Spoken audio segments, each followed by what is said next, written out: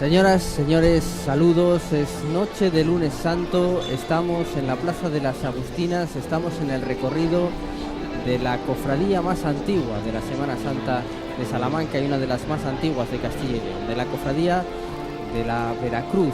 Más de 5 siglos contemplan la andadura de esta cofradía madre de la Semana Santa de la ciudad, que ha iniciado hace unos minutos su recorrido desde su capilla, desde la capilla de la Veracruz, y que ha atravesado la calle de Domínguez Berrueta, está en Ramón y Cajal, y desde aquí, desde este punto, vamos a acompañarles en esta salida procesional del Santísimo Cristo de los Doctrinos, para este recorrido por esta cofradía que tiene un gran número de peculiaridades que les iremos relatando en los próximos minutos.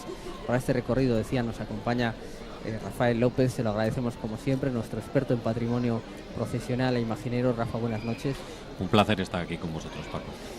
Y también Abraham Coco, que es periodista y cofrade, profundo conocedor de la historia de la Semana Santa de Castilla y León y de la historia de la cofradía de la Veracruz, entre otras cosas. Abraham, buenas noches. Buenas noches y gracias por la invitación.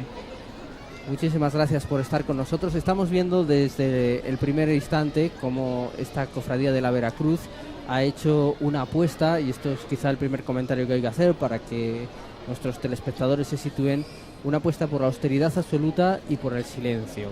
Hay ese detalle que veían en pantalla, un muñidor que es el encargado realmente de abrir la procesión, también recuperando tradiciones de tiempo atrás, en el que con una campana va anunciando la presencia de las imágenes sagradas en la calle y va pidiendo silencio, que es la actitud, el caminar de los miembros de la cofradía.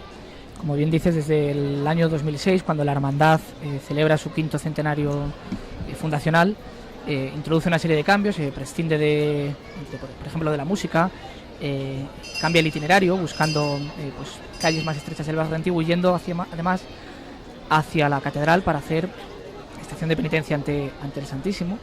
Y bueno, se va consolidando esos cambios que la hermandad hace en esta procesión, que pese a la antigüedad de la hermandad, con sus más de 5 siglos, es la procesión más reciente de las que organiza, desde el año 1985, y pese a esos no llega a 30 años, pues es un desfile que ha cuajado mucho en la Semana Santa de Salamanca. Ya no entenderíamos el lunes santo sin ella, sin todas esas particularidades de las que hablamos.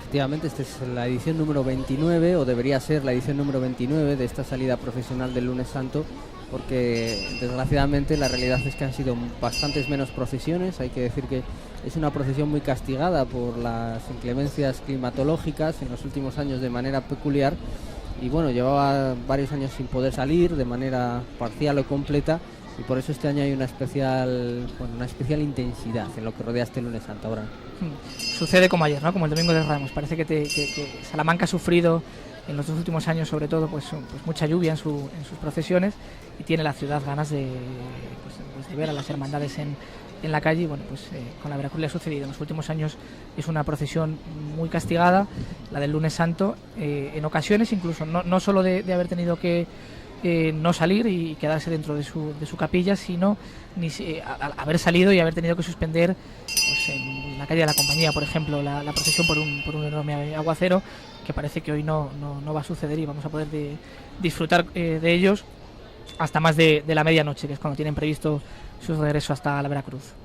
Esperemos que así sea, efectivamente. Ese toque de campanas es lo que están escuchando. De momento es lo único que rasga el silencio. Es esa llamada que hace el muñidor para que las personas que están en este recorrido guarden el silencio y el respeto y el fervor debido al paso de las imágenes, ahora lo veremos, del Santísimo Cristo de los Doctrinos y de Nuestra Señora de la Amargura. Estamos, Rafael, también hay que decirlo, en uno de los corredores más intensamente monumentales de la procesión, de las procesiones salmantinas. Ya lo apuntaba Abraham. Es un recorrido precioso. Ahí vemos ya aparecer la imagen del Cristo de los Doctrinos, ahora hablaremos de ella. Es un recorrido precioso realmente, en esa calle estrechita de Domínguez Berrueta, que sale de la propia capilla de la Veracruz, ahora esta cuesta de Ramón y Cajal, ya con el convento de la Venerable Orden Tercera ahí al fondo, el Colegio Fonseca, y luego la Plaza de las Agustinas, esa explosión de bueno, de ese barroco italiano, de la iglesia de la Purísima y el Palacio de Monterrey de Rodrigo Gil de Ontañón. Yo creo que cuando hablamos de la Semana Santa y nos fijamos en el título que tiene Salamanca, ¿no? como una Semana Santa de carácter internacional, no es solamente por la calidad que puedan tener las esculturas, que indudablemente algunas pues son muy importantes dentro de la imaginería, principalmente el barroco, siglo XVII y XVIII, que es lo que nosotros más recordamos, sino el escenario en el cual se mueven todas estas figuras, ¿no? El teatro en el que tienen, digamos, que actuar. Ese teatro, pues bueno, está jalonado de multitud de monumentos con ese color amarillo tan típico de la piedra salmantina, y que va paseando por los diferentes siglos en los cuales se han desarrollado las obras artísticas principales de la ciudad, ¿no? Desde las iglesias románicas del siglo XII, pasando por la época de esplendor estudiantil en el siglo XVI, por esos palacios también de esa época, finales del siglo XV, principios del XVI, y las iglesias del siglo XVII, favorecidos principalmente por la corona y por los reyes de ese momento. Es decir, el escenario es algo maravilloso para el desarrollo de estas estaciones de penitencia. Ilustre cofradía de la Santa Cruz del Redentor y de la Purísima Concepción de la Virgen, su madre. Este es el nombre completo, habrán de la cofradía conocida como la Veracruz, que hay que decir, ya lo apuntaba yo en la presentación, que evidentemente es la auténtica espina dorsal de la Semana Santa salmantina. Claro, durante mucho tiempo en Salamanca solo existió la cofradía de la Veracruz, y cuando fue existiendo alguna más, seguía siendo la cofradía que lo aglutinaba y con la que había que contar para que las demás organizaran, ¿no? Y bueno, la cosa ha cambiado, pero aún así sigue siendo una cofradía muy importante en la ciudad, que aunque el número de hermanos no es de las más numerosas, tiene un buen número de cofrades. Ayer mismo, por ejemplo, imponían 37 medallas a nuevos hermanos, que les sitúa en el medio millar, más o menos, de cofrades, que, bueno, no todos participan en todas las procesiones, porque es además la hermandad que más veces sale a la calle a lo largo de la semana. Estamos solo en Lunes Santo y ya la hemos visto, es la segunda vez que la vemos. Eso da buena seña de la importancia que tiene. Es una institución importantísima en la historia de Salamanca. De hecho, otras cofradías tenían que pedir permiso a la Veracruz para poder salir a la calle y realizar un desfile procesional, porque ellos tenían la exclusividad de la Semana Santa en Salamanca, otorgada por el rey Felipe II, creo. Así es, ¿no? Así es. Tenía capilla propia, con obras sigue siendo, la capilla sigue siendo propiedad de la hermandad. Con una inmensa cantidad de obras de arte de los mejores escultores de su tiempo, entre otras cosas una sensacional Inmaculada de Gregorio Fernández. Tenía imprenta, obras de caridad, en fin, una institución realmente muy poderosa, que sí que es verdad que pasó una gravísima crisis durante un tiempo prolongado, que quizá empezó a remontar un poquito más tarde que el resto de cofradías que atravesaron esa misma crisis, ese bache de los 70-80, pero que yo creo que desde el cambio de orientación precisamente de esta salida procesional del Lunes Santo, cuando a partir del 2005 se decide pues empezar a cuidar un poco más esa estética, se introduce definitivamente la luz de cera, se retiran los adornos, en fin, se trabaja en que el Cristo de los Doctrinos camine con ese paso de rasguido silencioso. Ha conseguido repuntar bastante. Precisamente esta procesión es una consecuencia de aquella gravísima crisis que sufrió la Semana Santa y que dejó por el camino algunas cofradías, entre ellas la de Nuestro Padre Jesús de la Promesa, que desfilaba en la noche del Lunes Santo, y en 1985 la Veracruz decide aprovechar ese hueco que había quedado sin procesiones en la ciudad y comienza la procesión, en un principio solo con el Cristo de los Doctrinos. La Virgen se incorporaría un poco después. De ahí el que dijéramos, ¿no? que pese a esa juventud, pues cómo ha arraigado y cómo esos cambios introducidos durante esa magnífica celebración que fue los 5 siglos de historia, pues cómo introdujeron una serie de cambios, incorporaron elementos también, este mismo muñidor del que hablábamos, que estaban contemplados en las ordenanzas de 1615 de la hermandad, recuperan en seres que portan algunos hermanos, como unas sacras de plata del siglo XVIII, unos flagelos que también portan sobre cojines.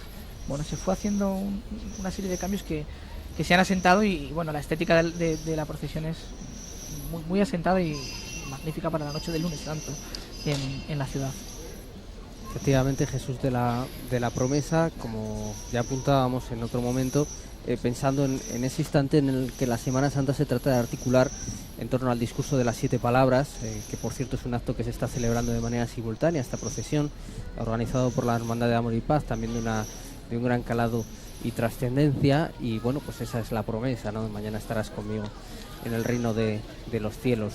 Ahí estamos viendo la cabecera de la procesión con ese emblema de la cofradía de la Veracruz. Ya venimos insistiendo, una institución realmente importante para estas procesiones y también con un peso no solo en Salamanca sino en otros territorios de alrededor. Y aquí ya tenemos una imagen cercana del Cristo de los Doctrinos, Rafa, que es una obra anónima, pero no por ello desmerece de un buen acabado artístico y sobre todo de un peso histórico importante. El Cristo de los Doctrinos es un crucificado de finales del siglo XVII, aunque desconocemos el autor que lo realizó. Puede incluso estar realizado a principios del siglo XVIII.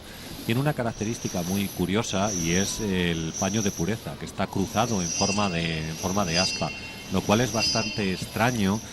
Pero también lo encontramos en la iconografía de otra imagen que desfila por las calles salmantinas, que es el Cristo del Amor y de la Paz, una obra de la misma época que curiosamente también es anónima. Quizás podíamos buscar ahí una relación entre las dos figuras o en el autor de las figuras.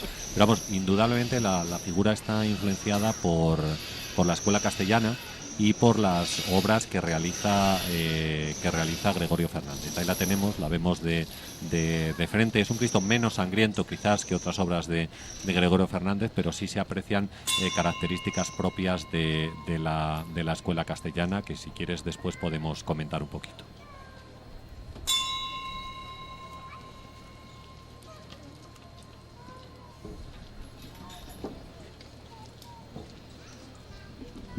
Pero esta es la parada de los hermanos de carga, los hermanos que llevan el paso. Hay que decir que el hermano mayor del paso del Cristo de los Doctrinos es José Manuel Pascua González. Y bueno, aquí ya decimos que hay sensibilidades distintas en torno a la Semana Santa. Ayer veíamos cierta explosión en la salida a la calle de Jesús, despojado de sus vestiduras. Luego veíamos una orientación clara por el carácter penitencial de las procesiones con la salida de Jesús del Perdón, y hoy es el silencio absoluto. Ya han visto los momentos de silencio casi sepulcral, podríamos decir, en la calle, que lo que también nos alegramos mucho, el respeto con el que se reciben este tipo de celebraciones. Pues sí, es la plena identificación de una hermandad como la Veracruz con su ciudad, que se manifiesta en diversos detalles. Uno de ellos es pues la decoración del paso del Cristo de los Doctrinos, que este año no obstante tiene una novedad respecto a lo que estamos acostumbrados a verle desde hace muchos años ya, que le vemos solo decorado con unos cardos, y en esta ocasión han incorporado también unas espigas. Va mucho más poblado de lo que suele ser habitual ese monte, que es una de las estampas características del Cristo, que hace unos años, en el año 2010, cambió las andas, unas antiguas andas de forja, las cambió por estas que vemos en estos momentos, que son unas andas talladas por un artesano llamado Ángel Martín, que las donó a la hermandad y las hizo ya con 72 años, en el año 2010, al cumplirse el cuarto de siglo de esta procesión, en la que se modificaron entonces las dos andas, tanto del Cristo de los Doctrinos como de la Virgen, que veremos más adelante.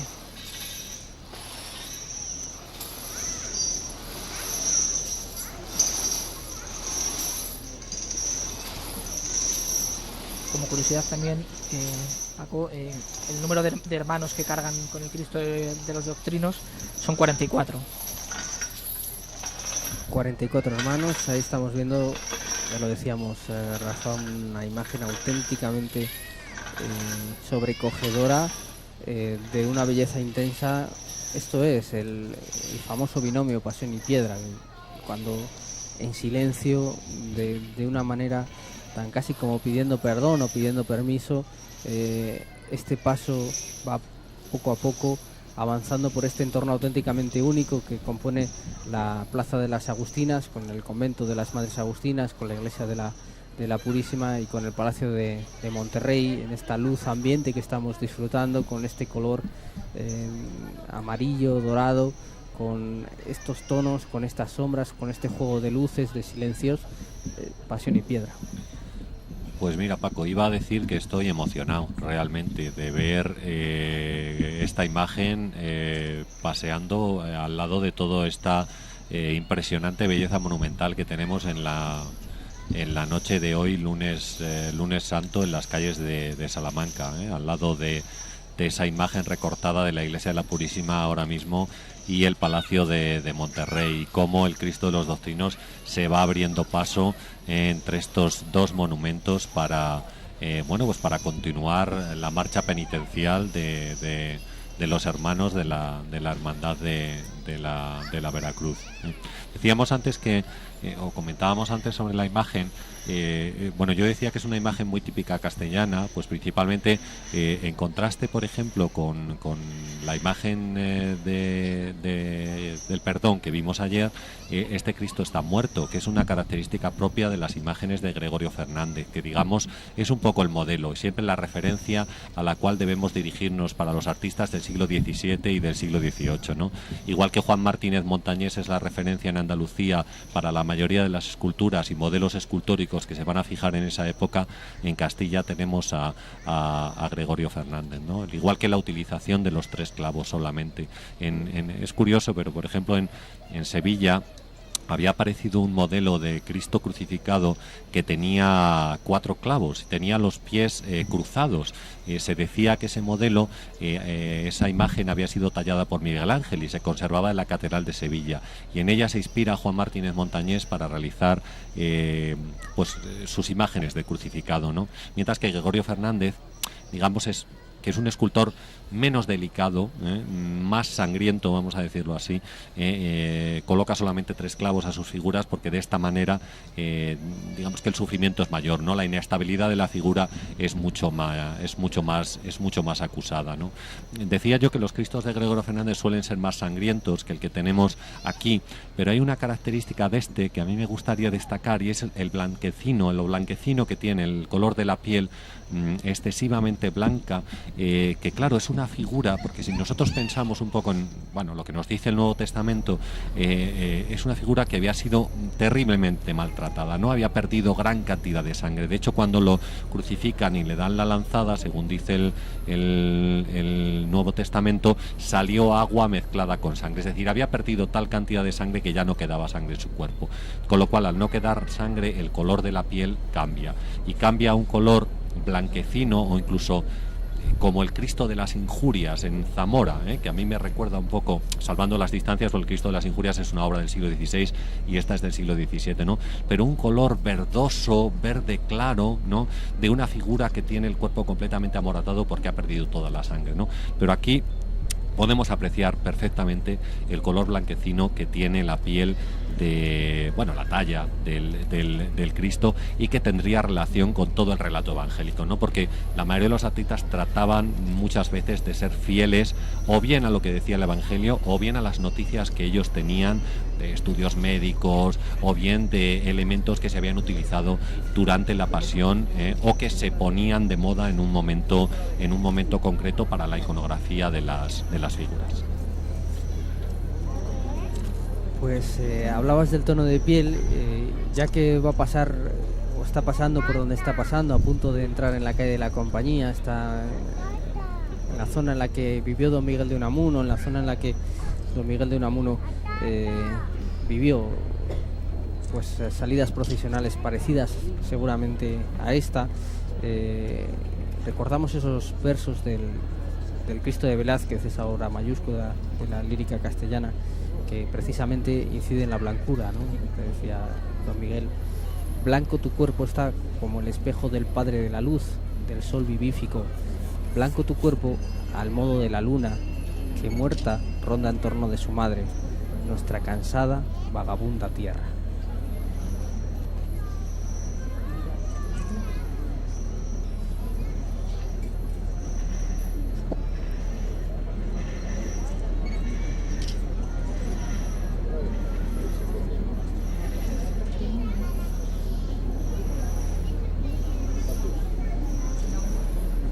Ya decidíamos en que es un Cristo efectivamente muerto. Ahí veíamos esa imagen que nos muestra con todo detalle, y es un primer plano que aguanta muy bien la talla, lo cual dice mucho de ella.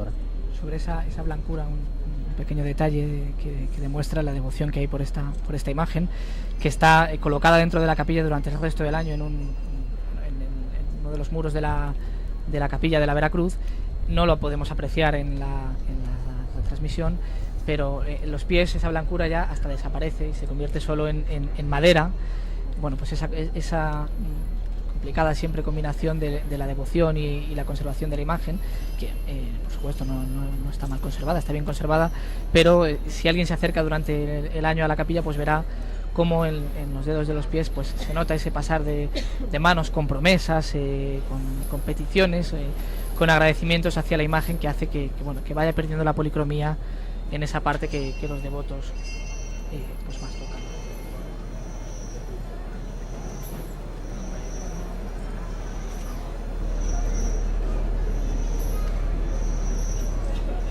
Aquí en esta magnífica imagen que estamos viendo, pues de manera auténticamente privilegiada, el paso del Santísimo Cristo de los Doctrinos, justo además por la calle que lleva el nombre de los Doctrinos, que es una bocacalle que parte de la compañía. Podemos fijarnos en varios detalles. Uno de ellos es el paño de pureza que comentabas, en una particular forma en aspa, y luego otro es ese Gólgota que se reproduce, pues como decía Abraham, con unos cuantos cardos, unas espigas y una calavera. Sí, es una tradición que no se encuentra escrita en el Nuevo Testamento, que cuenta que cuando Adán, el primer hombre, fue enterrado, pues se le colocó una semilla en la boca, y de esa semilla nació un árbol. De ese árbol se fabricó la cruz en la cual fue crucificado Jesucristo, y cuando Jesucristo es crucificado, con el peso de su cuerpo empuja la calavera, el cráneo de Adán hacia afuera, y entonces sale. Podemos encontrar en muchas ocasiones ese cráneo representado al lado de la cruz, ¿no? También un poco es un significado de lo que es el Antiguo Testamento, la vieja vida, y el Nuevo Testamento, ¿no? La nueva vida, porque el momento de la muerte de Jesucristo es el momento en el cual se abren las puertas del cielo y comienza una nueva vida para todos los católicos, para todo el mundo en realidad. Entonces, pues está representado, ¿no?, lo que es ese Dios del Antiguo Testamento y el nuevo Dios, ¿no?, la nueva alianza representada a través de la muerte de Jesucristo, que hace que el cráneo de Adán con su peso salga hacia afuera. Bueno, ya digo que esto es una tradición, no es algo que esté escrito, pero que sí se suele ver en muchos Cristos o en muchas representaciones de Cristo crucificado.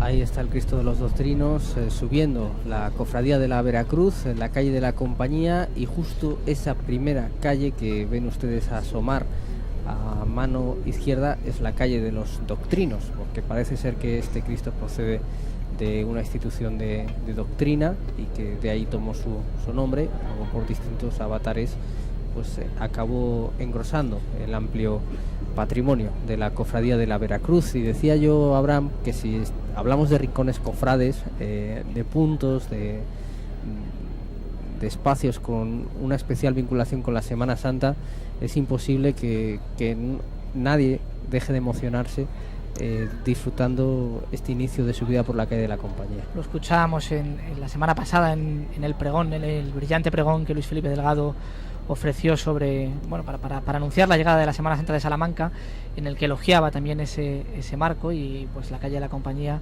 sin ser la única, sí que es un poco la insignia de la Semana Santa de Salamanca, porque es una calle, bueno, pues donde esa piedra dorada nuestra bueno, pues hace un efecto especial, ¿no?, al paso de las procesiones, con todos los muros de diferentes construcciones de una época gloriosa de la ciudad.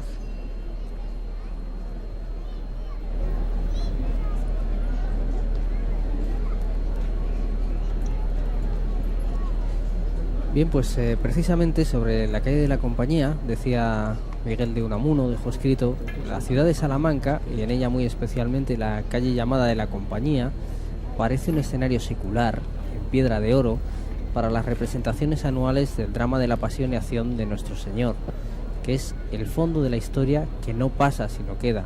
En estas representaciones se han recreado generaciones de salmantinos. Efectivamente, ese silencio, esa esquina del convento de las Madres Agustinas, el convento de la Madre de Dios, la iglesia de San Benito, la propia clerecía, la casa de las Conchas, parece, como decía Rafa, un teatro fastuoso, pero a la vez sencillo, en el que una apuesta o una orientación sobria y austera y silenciosa y penitencial, como la de este Cristo muerto que va por la calle proyectando su sombra sobre esas paredes doradas, en lo que es sin duda una estampa pues viva de la Pasión, no desentona en absoluto. Pues no desentona absolutamente nada, y encierra gran parte de la historia de la ciudad de Salamanca, en un lugar prácticamente que sirve para unir digamos los dos focos más importantes que tenía la ciudad y donde decidieron asentarse muchos de los nobles que vivían en la misma. Me refiero al foco universitario por un lado y a lo que era el antiguo mercado central de la ciudad, que estaba en la Plaza Mayor. Es decir, digamos que paralelamente a estos dos lugares se desarrollaba esta calle, ¿no?, donde como tenemos varios palacios, tenemos una gran iglesia y tenemos pues el ambiente universitario con la Universidad Pontificia, que se construyó, el grandísimo edificio de la Universidad Pontificia que se construyó a lo largo del siglo XVII, ¿no? Y una vez que finaliza la calle, pues tenemos acceso a toda la parte más antigua de la ciudad, ¿no?, con la zona universitaria, la fachada de la universidad y la primera universidad que tuvo Salamanca, que en realidad fue la catedral, no las catedrales, y en concreto la catedral vieja, antes de la construcción del edificio principal que conocemos ahora.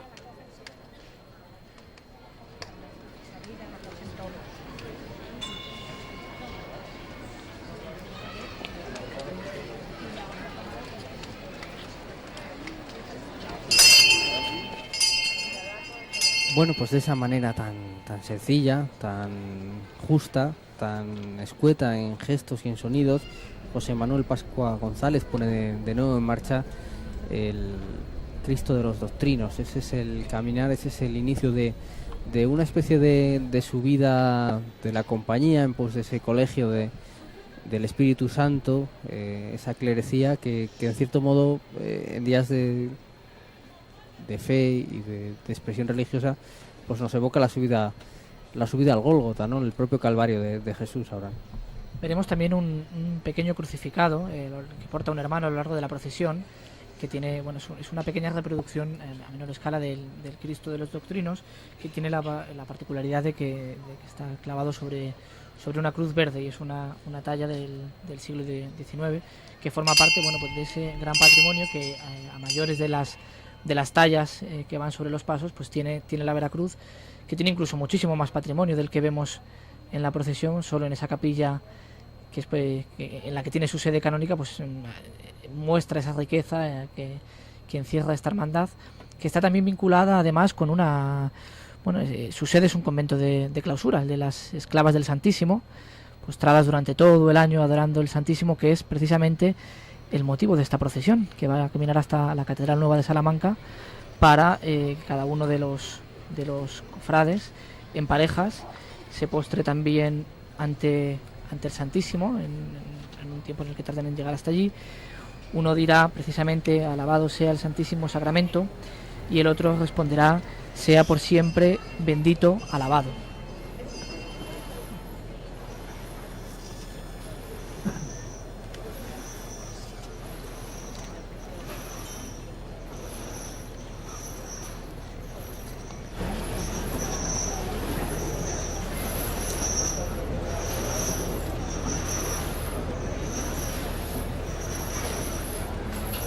El convento de las Madres Agustinas sirve ahora de telón esa esquina. Ya decía que cada vez que hay un flash, cada vez que hay una iluminación, la propia iluminación de la calle, la propia iluminación natural, que es la que estamos disfrutando en esta retransmisión, ya lo hace, pero el juego de sombras de esa cruz en la pared realmente es casi imposible permanecer al margen de lo que se nos ofrece delante de los ojos.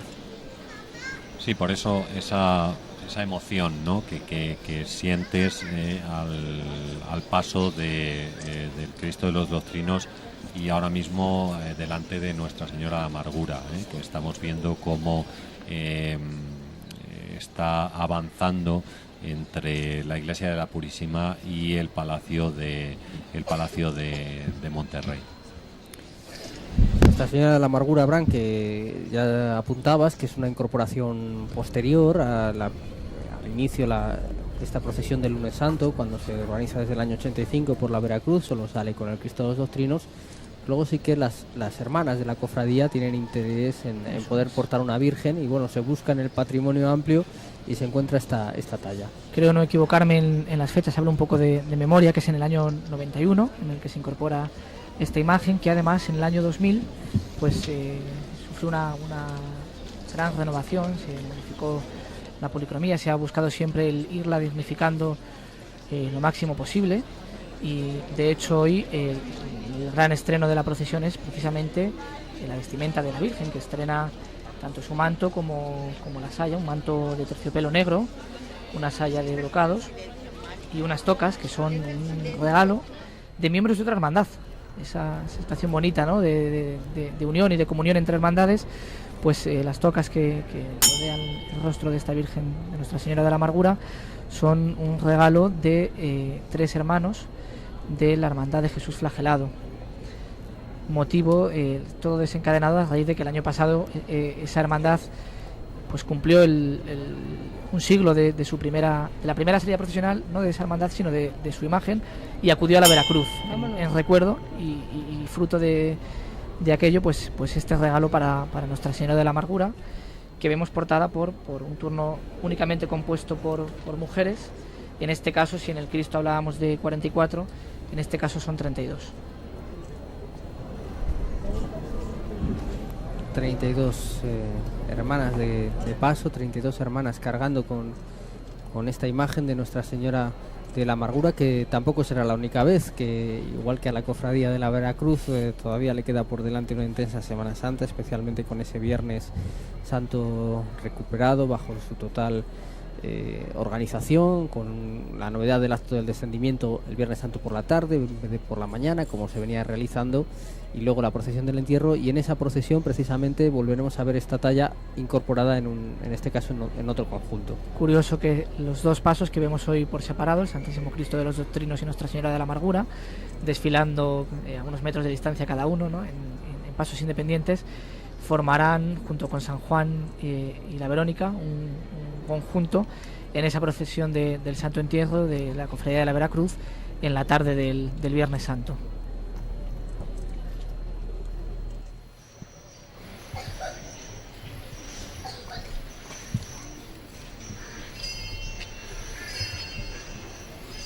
Es curioso lo que comentabas antes sobre la incorporación de la mujer a las diferentes cofradías, cosa que, si no recuerdo mal, no sucedió hasta el año 1973 y fue la Hermandad del Cristo del Amor y de la Paz la primera cofradía que incorporó mujeres, que poco a poco fueron ganando peso en las diferentes cofradías.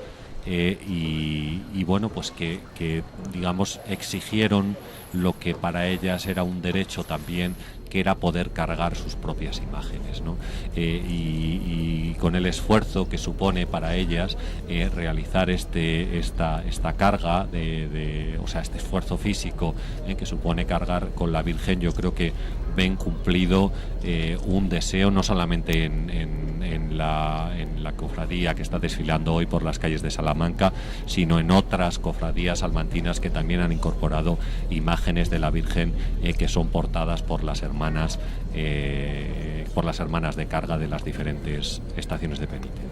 Es cierto que, bueno, históricamente algunos casos de la Congregación del Rescatado y Nuestra Señora de las Angustias había secciones, digamos, femeninas o agrupaciones de hermanas o de cofrades, pero la Hermandad del Amor y de la Paz es la primera que, según renovación de sus estatutos, además en ese momento recién aprobados, incorpora a las hermanas como miembros de pleno derecho, lo cual fue un paso sensacional de la Semana Santa en toda España, que partió de Salamanca. Y es un proceso que en Salamanca se dio de una forma muy natural. Hemos visto, bueno, y todavía continúa, y en otras ciudades en que, bueno, pues a veces surgen fricciones por la incorporación de la mujer. En Salamanca nunca hubo esa problemática a raíz de como decís, la salida de la fundación de la Hermandad del Cristo del Amor y de la Paz. La mujer se comienza a incorporar a las diferentes cofradías y está plenamente integrado hoy en día. Prueba de ello es que ya hemos tenido en estos momentos, además hay mujeres dirigiendo cofradías. Precisamente la Congregación de Jesús Rescatado de la que hablas, pues tuvo una hermana mayor, Ana Torrecilla, y la Hermandad del Silencio del barrio de Pizarrales, pues ha tenido recientemente una mujer ha cedido el testigo, Mabel ha cedido el testigo a otra mujer, que es Ana Iglesias, que es la hermana mayor, la única hermana mayor mujer en estos momentos en la ciudad. Y que también era una manera de afirmar su fe, ¿no? Porque hablamos de la Hermandad del Cristo del Amor y de la Paz, donde recordamos que los hermanos van con la cara descubierta, con un hábito monacal, ¿no? Mostrándose en un momento de mucha dificultad para la Semana Santa en Salamanca, y en la cual a esta gente, principalmente jóvenes, no les importaba, ¿no? Demostrar su fe y decir, oye, mira, aquí estamos nosotros, y esto es en lo que creemos, ¿no? Y bueno, pues poco a poco esa fe, ¿no? Esa manera de vivir la Semana Santa se ha ido, digamos, ampliando a otras cofradías, ha ido llegando a otras hermandades, donde las mujeres, pues exactamente igual que los hombres, por supuesto, quieren expresar su fe, expresar su sacrificio y vivir la Semana Santa en paridad. Avanza Nuestra Señora de la Amargura con, bueno, esa especial contención. Aquí no hay ningún gesto que casi que se asume por encima de otro, todo es un fluir silencioso, austero, una cadencia delicada, sentida, espiritual, utilizar esta palabra. Y vemos aquí una imagen, Rafa, que en este caso tampoco tiene un autor unánimemente reconocido, pero parece que hay más o menos acuerdo en atribuirla a la mano de Pedro Hernández, que es uno de los escultores salmantinos que más trabajó a mediados del siglo XVII, hasta hace no mucho relativamente desconocido, salvo para unos pocos estudiosos, y ahora empiezan a aparecer algunas ascripciones suyas en la provincia de Salamanca y en algunos otros puntos.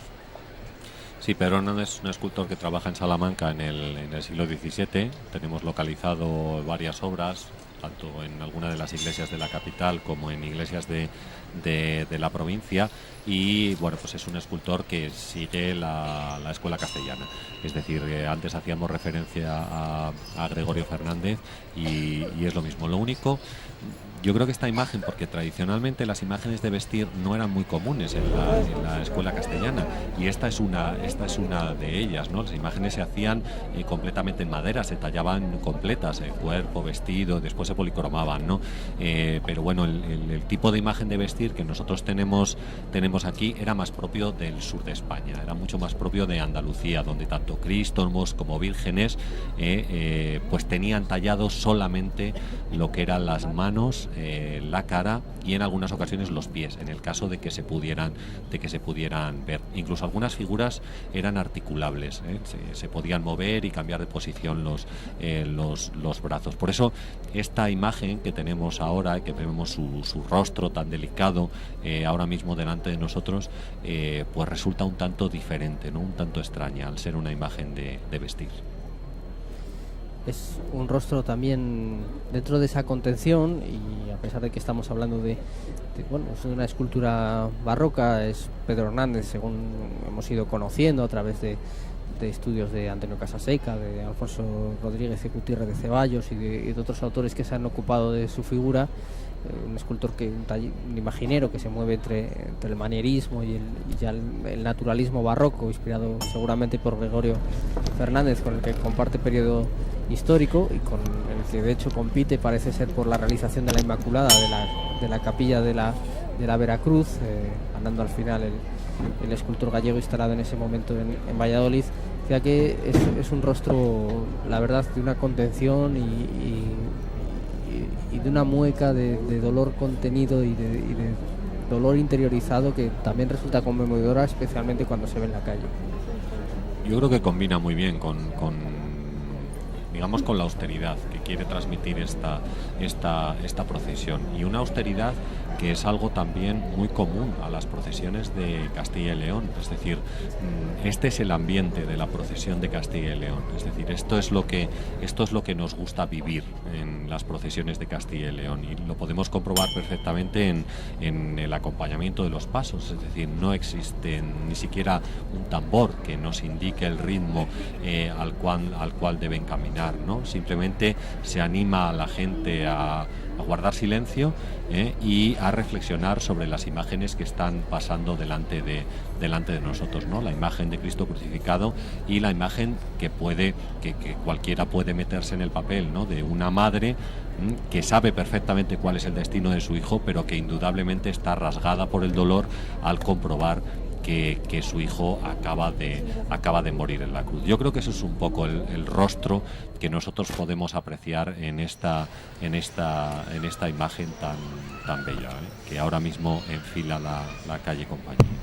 Es una mirada casi que vaga, una mirada un poco perdida, pero no es ese rostro de dolorosa de otras Semanas Santas o de otras manos que pues más expresivo o una mayor explosión del dolor.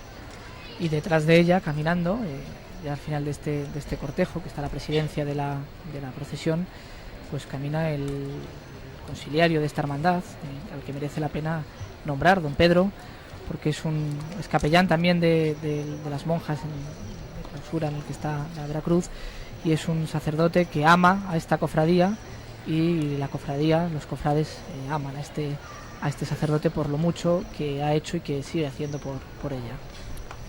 Un sacerdote al que, por cierto, amamos todos los que hemos tenido la suerte de ser alumnos suyos. Es un sacerdote salesiano que durante bastantes años también tuvo una responsabilidad destacada en el colegio de María Auxiliadora de aquí de la ciudad, además de en otros puntos. Avanza esa imagen de Nuestra Señora de la Amargura, ya decimos, con esa cadencia, esa sinuosidad, escoltada por las velas de los hermanos, y nos fijamos en detalles como ese sencillo pañuelo y ese rosario, insistiendo mucho en lo que comentabas al principio, Abraham, ¿no? Es una salida pensada y explicada desde la oración, a la que se invita a los que están dentro y a los que están fuera.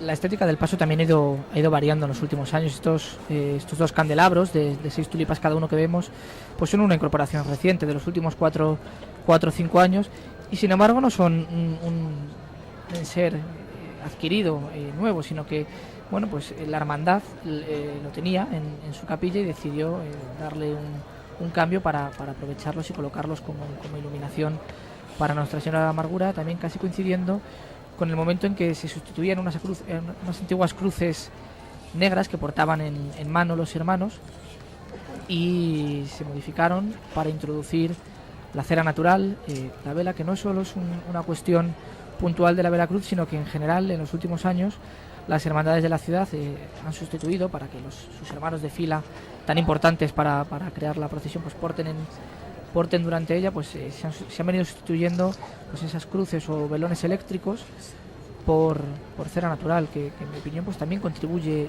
muchísimo a mejorar la imagen de la procesión. Sin duda, porque a sus casas podemos llevar, en este caso, el silencio o la ausencia de sonido,